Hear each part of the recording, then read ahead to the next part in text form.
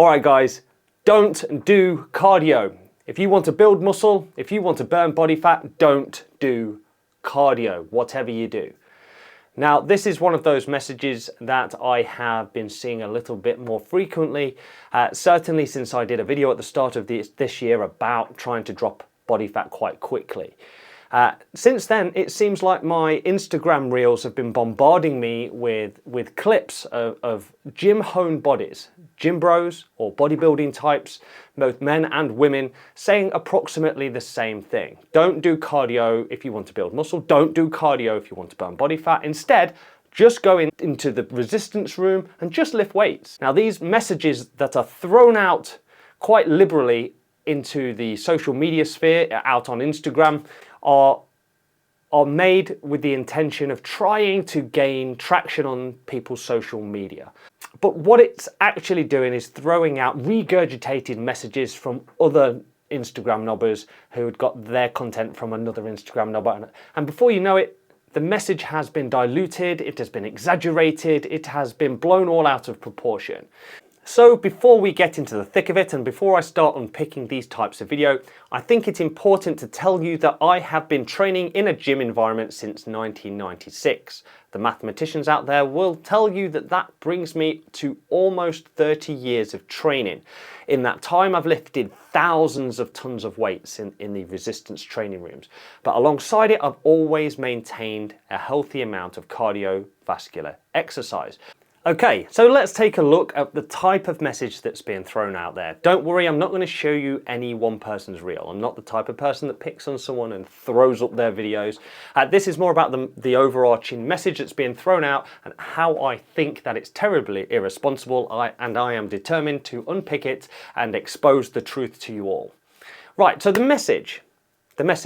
Don't go into the cardio room, go into the gym room and lift some weights. If you lift these weights, you will increase your muscle mass, and if you increase your muscle mass, you will burn more calories a day because your muscles require calories to function, just to exist, right? So it's better to have them than to not. So let's rubbish the two main arguments for not doing cardio and only doing resistance training. The first, it makes your muscles shrink or inhibits the growth.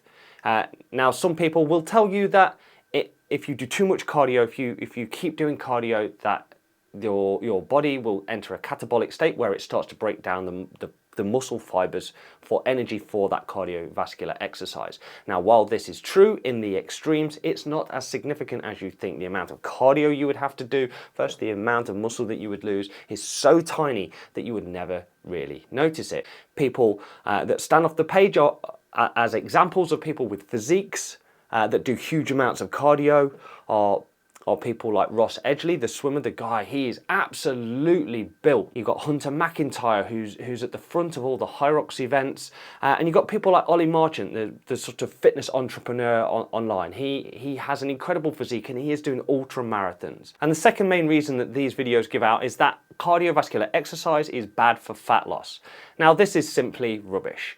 The idea of fat loss swings and orientates around one simple principle, being in calorie deficit. If you're burning an extraordinary amount of calories doing cardiovascular exercise, that's going to lean into that calorie deficit and assist with losing body fat. It's as simple as that. It's simply mathematics. The people that front these videos, or the gym bros, the guys with generically large muscles and low body fat, they have acquired this look through lots of different methods, including diet. One of the things that they like to do in terms of exercise is walking, right? This is referred to as getting your steps in. This is low intensity exercise, and it's often done because it's a lot easier to achieve than cardio. It doesn't require that strenuous effort that cardio brings. Similarly though, it doesn't necessarily bring the same benefit either. It's not raising your heart rate, there's no progressive overload on your cardiovascular system, thus it's not necessarily getting any better. But that's not to say that walking doesn't have its benefits. You can, if you do enough of it, burn off body fat, and that's kind of why they're doing it. It's easier than running, and it's something that they can try to do around the rest of their life. Now, the main problem I seem to have with walking is that it takes ages. I am a dad of two. I have to get the kids ready before work, all of work, and then reverse on the other side. Before I know it, it's bedtime. The other day, I tried to measure out how far 15,000 steps is. It's over 6 miles. It's 10K. And it takes somewhere between an hour and a half and 2 hours to achieve that if you just did it in a single block. Now, I don't have that amount of available time each day to commit to putting my steps up. I'll be lucky if I could get half an hour to 45 minutes here and there. And that's one of probably the biggest reasons why I go out and get my exercise done in as fast a time as possible.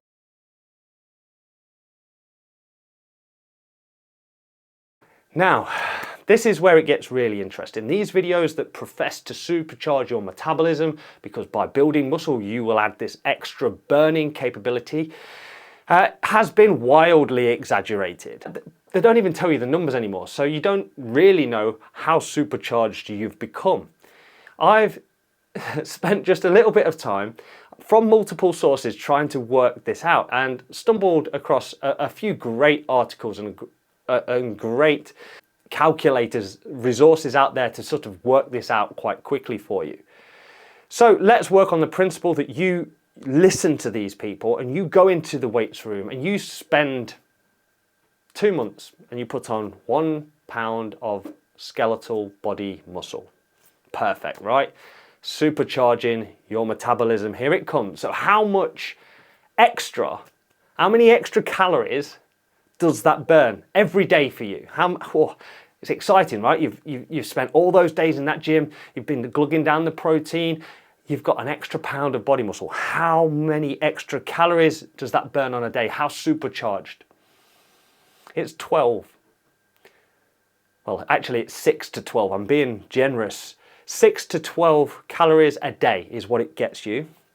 Now let's ramp that up. Let's multiply it. Let's say you are capable of putting on 10 pounds of skeletal body muscle. How many calories?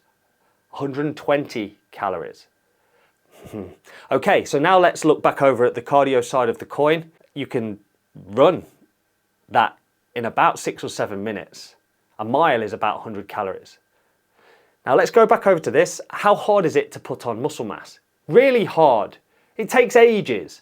Just 1 pound of muscle is going to take you weeks, if not months. Obviously, this varies person to person, and certainly your gender is going to play a part, as will your age. And it's not always as simple as go in the gym, lift the weights, put on muscle mass. Now, these videos are often fronted by gym bros, by bodybuilding types, and they're often in their 20s, early 30s, and these guys have incredible amounts of testosterone, the hormone that helps regulate muscle growth, right? But as you get older, this reduces naturally. This is a natural part of life. And now as a man at 45 years old, my testosterone is much less than what it used to be. The building of muscle is much harder. It takes longer. It takes a lot more commitment. It's not impossible, but it takes an incredible amount to achieve the same results as what those guys are. And that's not even getting into the world of performance enhancing drugs. Similarly, ladies, you are not going to have testosterone in your system to this anywhere near the same level as fellas, and that's going to make it just that much harder to put on those pounds of muscle that they're trying to get you to do in these messages. So at the very core of these videos is the model of increased muscle mass enables you to burn calories at a rested state through the NEAT period of the day, the non-exercise activity thermogenesis, the biggest part of the day that burns calories. This is the everyday time that you spend just mulling around burning calories, doing non-essential functions, walking to the shops, taking the kids to school, going to work. All of these are considered NEAT. Now, if you increase your muscle mass, you will be burning more calories per hour, per day, just by having that additional muscle. Now, the actual increase that you get has been wildly exaggerated. We've covered that. We understand now that what they're saying, this supercharging, is not as big as we thought.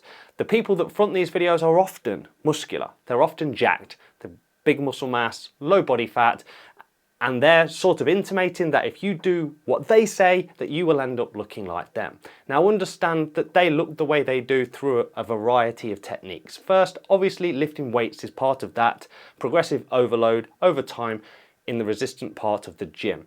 lots of iso and compound moves, creates a nice physique. But the way they keep their body fat down is done primarily through diet. This is through tracking macronutrients, protein, carbohydrates and fats, as well as being in a calorie deficit every single day. So don't assume that they've simply got this way by avoiding cardio. In addition to those things, don't rule out the fact that a lot of these guys are going to be on PEDs. Yes, steroids. Let's not skirt around it. If you see someone that's obviously massive, there's a strong possibility that they might be on steroids in one form or another. And finally, don't assume that they're telling the truth. A lot of these guys, while they might be crapping on cardio, will quite likely be doing cardio secretly behind the scenes. Okay, so let's now just throw out some positives to why cardiovascular exercise is important. Like anything, like any muscle in your body, your cardiovascular system will respond to progressive overload. If you exercise several times a week, your cardiovascular system will step up, adapt to that situation. It will get better incrementally over time. Now, when you first start, it sucks, it hurts, everything about it is rubbish. If you're relatively new to cardiovascular exercise, stick with it. Past a point, it all starts to blend together, and then you start to reap the rewards of what cardiovascular exercise brings you. First of all, health. A healthy cardiovascular system and respiratory system is important to just about everything. Now, for me, I have been able to do a great number of physical activities. Everything on this medal rack and patch rack behind me, every single one of these required a cardiovascular effort in one form or another. These are some of the most profound memories and experiences of my life on this rack.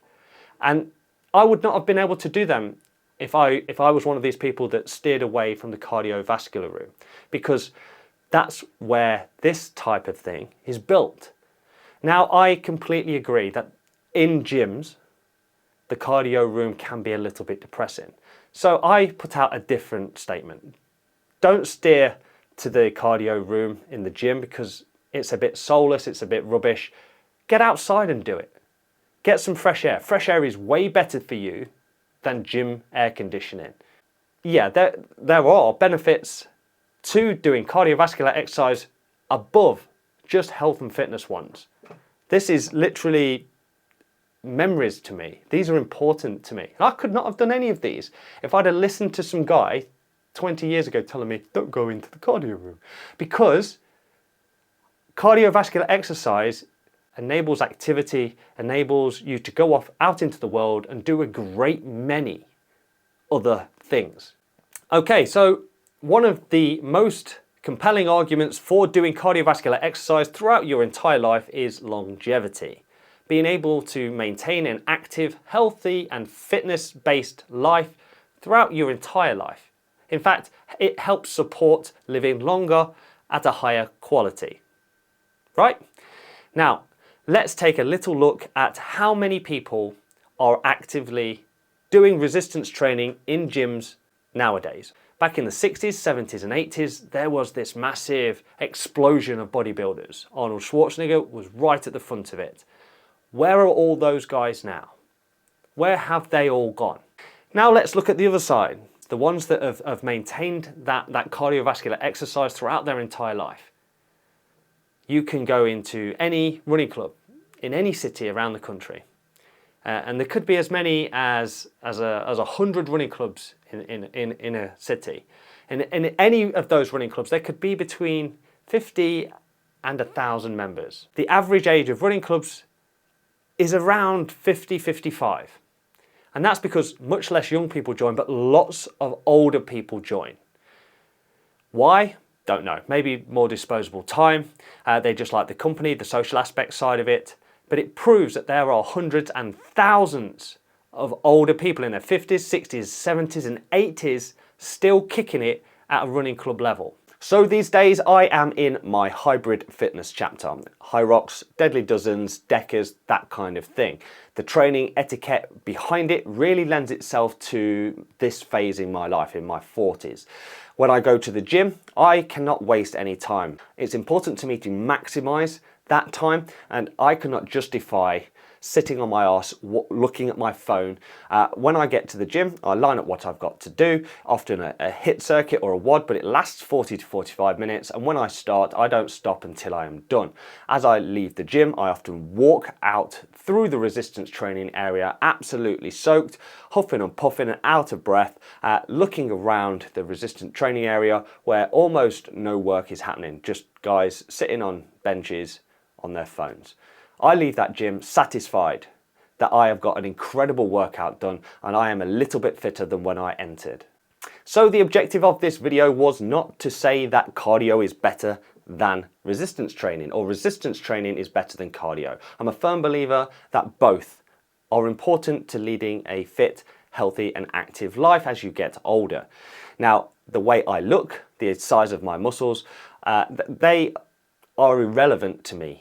I just want to be an efficient, healthy human being, as fit as I can be. If I happen to develop some kind of physique along the way, that's great. But my physique is not my objective. Now, if you see one of these videos and it doesn't sound exactly right, what's being said doesn't sound correct or exaggerated, my advice to you is simply to go online and do the research yourself. And then you can make an informed educational decision about your training and which direction to go in, and not just take someone's word for it. Right, guys, thank you very much for watching this video. Obviously just a bit of a talky one about something that's important to me. If you would like to support the channel, it's free and you just press a little button down here. I will see you guys in another video soon. All right, Marta.